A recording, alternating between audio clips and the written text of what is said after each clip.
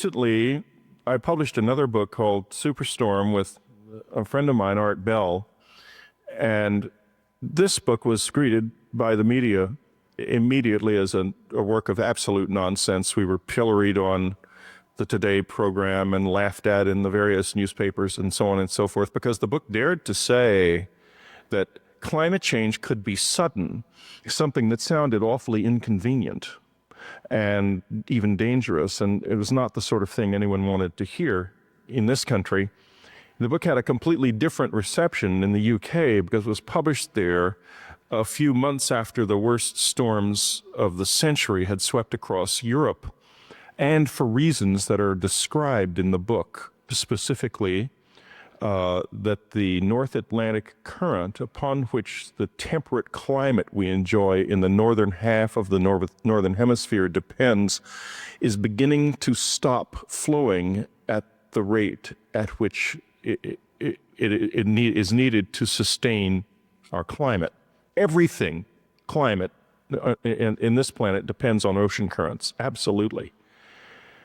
The result of this was dreadful storms last fall in Europe, and now again dreadful storms this fall in Europe as the process continues. As I speak, the buoy off the Georges Bank, which is recording sea temperatures, is recording water temperatures about 20 degrees above normal Fahrenheit right now. This means that the current, as the more the Northern Ocean warms, the less the current will flow, and it means that the current is flowing less and less and less strongly in its surface features. The deep water features of the current are much more fundamental and powerful, and they will continue to flow for many years to come. However, during this process, the northern hemisphere will experience more and more disruptive and disrupting weather, such as is just at this moment, it has just occurred over England and Sweden and Northern Europe just recently. Over the next 4 or 5 years, it's going to become clear that we are in the beginning phases of sudden climate change. Sudden, in the context of the geology of a planet, does not mean this weekend. It means 5 years is real sudden, 25 years is pretty sudden, 50 or 100 years is damn sudden too. We are looking at a situation that's going to evolve into something we can understand as an inevitability within the next 2 or 3 years, and probably will actually, the primary flow of these currents will begin to change noticeably within 10 years. I've been listening to the demonstrations out there, and like everybody, watching this extraordinary imbroglio that's happening between Gore and Bush. And I really must say this, from the standpoint of both parties, if I were the leader of either party, I would suggest to my candidate that he concede rather than try to guide this country through what it's going to go through in the next few years, because the environment is going to kick up quite dramatically. It's going to be economically disruptive, socially disruptive. There will be lives lost. There will be a great deal of property loss, and it will spread southward. The primary focus of this in the next 3 to 5 years will be Europe. And then the more weak the current becomes, the more the changes will filter down into the eastern seaboard of the United States. And beyond that, it's really anybody's guess as to what will happen. We're getting into a period where there's almost no way to predict anything for certain, except that there is going to be a remarkable change. I don't want to spend the entire time on deal with it, hear it and deal with it. Then you're very courageous. George Bush empty is because I'm talking about the environment. Nobody wants to hear this message. Nobody wants to deal with it. If you're here because you do want to deal with it, hear it and deal with it, then you're very courageous. George Bush's attitude is, let's wait and see. And that's fine. However, it's also experimenting with the lives of millions of people. And if not with their actual lives, then certainly with their economic welfare. we've never been able to tell quite what Al Gore thinks of it. We gave him a copy of our book and were told by a member of his campaign that they didn't want to talk about the environment during the campaign. So what it actually means if he does become president, I don't know. I don't know really. I have no idea how either of them will handle the situation. I guess Bush probably, on balance, will be more slow to react, but it doesn't seem to me that it matters much anymore, because whatever is going to happen is going to happen. It's going to play itself out as it's going to, because we've been waiting to see what would happen too long. It's going to happen now. I don't think it can be turned around. We'll go through this, the climate change I'm talking about will play itself out. I spent about 15 years of my career, now I'm going to shift a little bit into another area, as an advocate for rejected knowledge. I'm still sort of an advocate for rejected knowledge, because talking about environmental change is something, as I say, that a lot of people do not want to hear. Last night, I was at the fundraising party and was introduced to a lady, very, very sweet lady, who said, "Oh, yes, you're the one who writes about the pointy-headed little men." And you're referring, I suppose, to my book Communion, which was, of course, about a close encounter that happened to me in 1985. Is there anybody in here who doesn't know about that part of my career? I mean, how fully should I discuss it? If you've never heard of it, please raise your hand. Okay, there's just a couple of people, which means that you're going to have to just sort of guess about what I'm talking about. If half the group had raised their hands, I would have gone into it in more detail. What happened, just briefly, was in late December of 1985, I had a rather strange experience, a close encounter. And it seemed entirely real at the time it happened, and it was very confusing because it was not something that was supposed to be possible. And it destroyed my whole paradigm, my whole model of the world was thrown into confusion, because suddenly something had occurred that could not happen, and yet it had. I tried to solve the problem of the broken paradigm by going through a series of medical tests that would enable me to dismiss this as a mental aberration or a physical problem. At one point, I think I would rather have been told I had a brain tumor than been told what I ultimately was told, and that was that my mind and my brain were entirely normal. And therefore, I had to face the fact that on that night, something had happened to me that was supposed to be completely impossible. It began a journey that has continued more or less until this day. It's never something I've been able to drop, especially not when, after I published the book describing this experience, a book called Communion, and ended the book with 7 or 8 questions about what it may have been, I was attacked in the press to an extraordinary degree, as if I had broken some kind of a code. And yet, what amazed me was that I hadn't even advocated anything. I had simply questioned the experience. But merely doing that was enough to cause what began to seem to me as a very fragile paradigm of reality to be very hotly defended by advocates for it who probably don't, in some deep way, believe it themselves. So it was an extraordinary experience, and I ended up, instead of being what I had intended to be, which was a writer living a relatively quiet life and living inside the context of a kind of cultural approval that's very comfortable, that most of the writers who are here this weekend live within now. And they're used to being served in a certain way by the culture. They have, in general, access to an academic net should their writing ever play out on them. They can refer to the academic community. They can go teach. There's a lot of things that they can do, but in general, the culture is supportive of them. I ended up as an outsider, My books ceased to be reviewed, except to be reviewed in secondary contexts and usually in fairly absurd manners.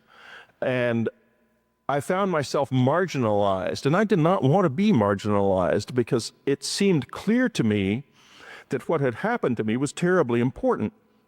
Not necessarily because but because of me, but because whatever the origin of this extraordinary experience was, it represented a chance to add to the store of human knowledge that, if indeed it was an encounter with aliens, would be very, very significant.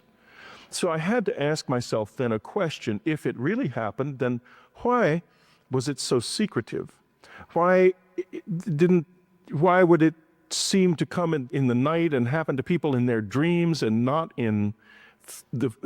not out in the middle of the mall in Washington or something? Why was it like this?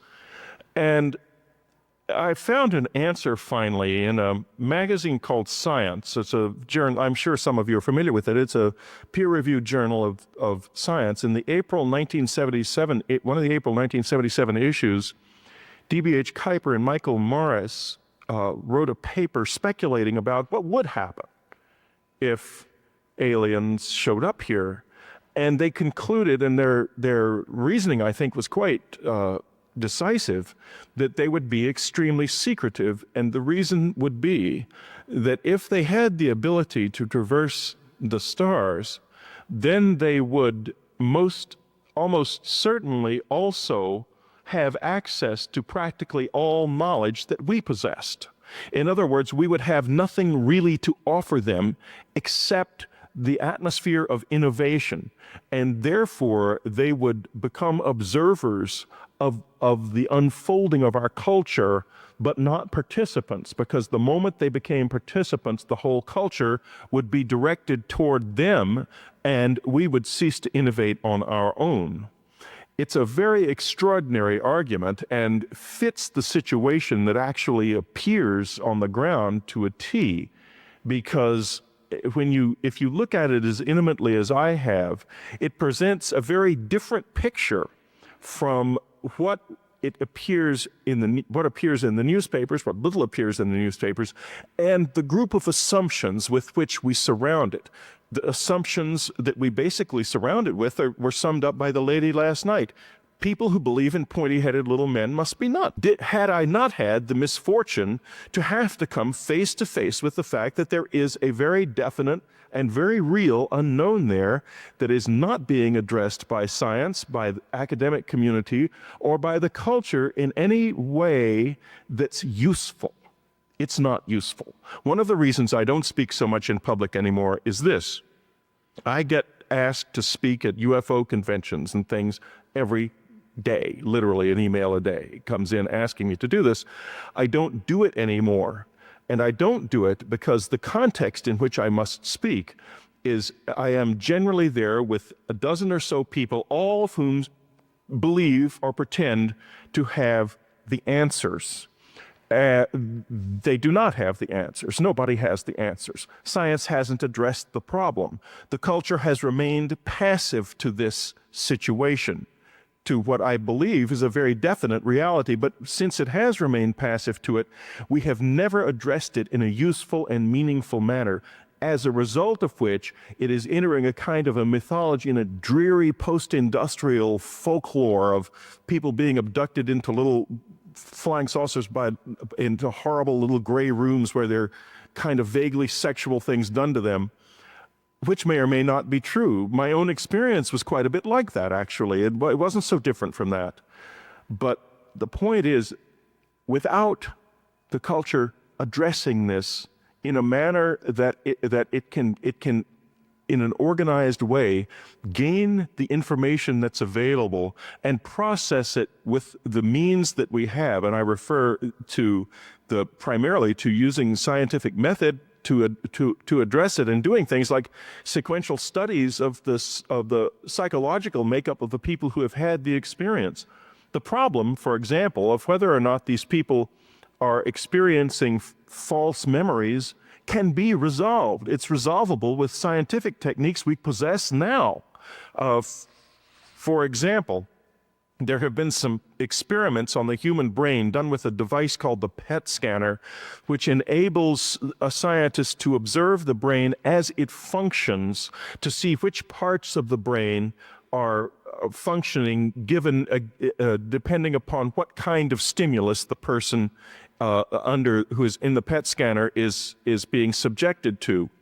It's been discovered that the brain functions differently when it is asked to recall something that was an actual physical event, as opposed to something that the individual involved only believed was physical. In other words, if a person is absolutely convinced that something really happened to them to the point that they can pass a lie detector test, as I certainly am in my case, it's now possible to tell whether or not that was an actual physical experience, because the brain will quite reliably demonstrate a different set of, it will call up the memory in a different way if it actually wasn't a real physical event taking place. In other words, the question could be resolved. So I have a small foundation, and we went to every institution in the country that possessed a PET scanner and the ability to address this problem. And not a single letter was even answered. And with that one little experiment, we could have gotten to a point where we could have said to probably something on the order of 1 million people just in this country who have had this close encounter experience, whether or not they were having something physical happen while it took place. It wouldn't necessarily say, therefore, that it must have been an alien encounter, but it would at least have taken us another step forward toward a useful paradigm that includes what happened to them, whatever its origin may be. It didn't happen. Now, however, another foundation that I'm in touch with is getting heavily involved with one of the people who is running one of these PET scanners, and hopefully it will happen this time. Hopefully we will get some time on the scanner for at least 10 or 20 subjects and see if we can't come to some kind of a useful answer. In the meantime, other fascinating things keep happening in our world that are misinterpreted by the media and are in an increasingly forced attempt to kind of shoehorn them back into the old paradigm of the way reality works, the old model of the universe. And I want to ask you, you'd like to help Bucky, the Texas legislature, specifically the House and the side of the rotunda and the Senate, on the issues of adoption? Would I like to lobby the House? In other words, would I like to go to the House and try to convince them to do something? What would we ask them to do about it? I don't think there's anything we can ask them to do about it. I think that we must ask, the lobbying that needs to be done is with the National Academy of Sciences. The first thing we need to do to solve the whole UFO question is to get it addressed by the scientific community. And right now, that's impossible. There are any number of foundations, big foundations, that would address this if they dared. But the National Academy of Sciences science takes the position that this is not worthy of scientific study. And until that changes, the lobbying of governmental institutions, especially elective bodies, is just a sideshow. It doesn't mean anything. What would be meaningful would be if we could get the Air Force, the United States Air Force, to quit pressuring the National Academy of Sciences not to address this issue. Or, which is what I think will probably happen, there's going to gradually be such a groundswell within the scientific community of willingness to address it, that they're going to be overwhelmed. That people are just going to start addressing it kind of anyway. But I don't think that I think that all that lobbying the legislatures at this point does is gives the newspapers a chance to put another nail in this already really well nailed down coffin, because it gives the opportunity to write another nasty, sneering, lying story in the local newspaper if that happens. I don't see what its value is. Any other questions? Okay. Well, thank you very much. It's been a pleasure to be with you, and I'm very grateful that you took time out to listen to a message from a man who advocates rejected knowledge.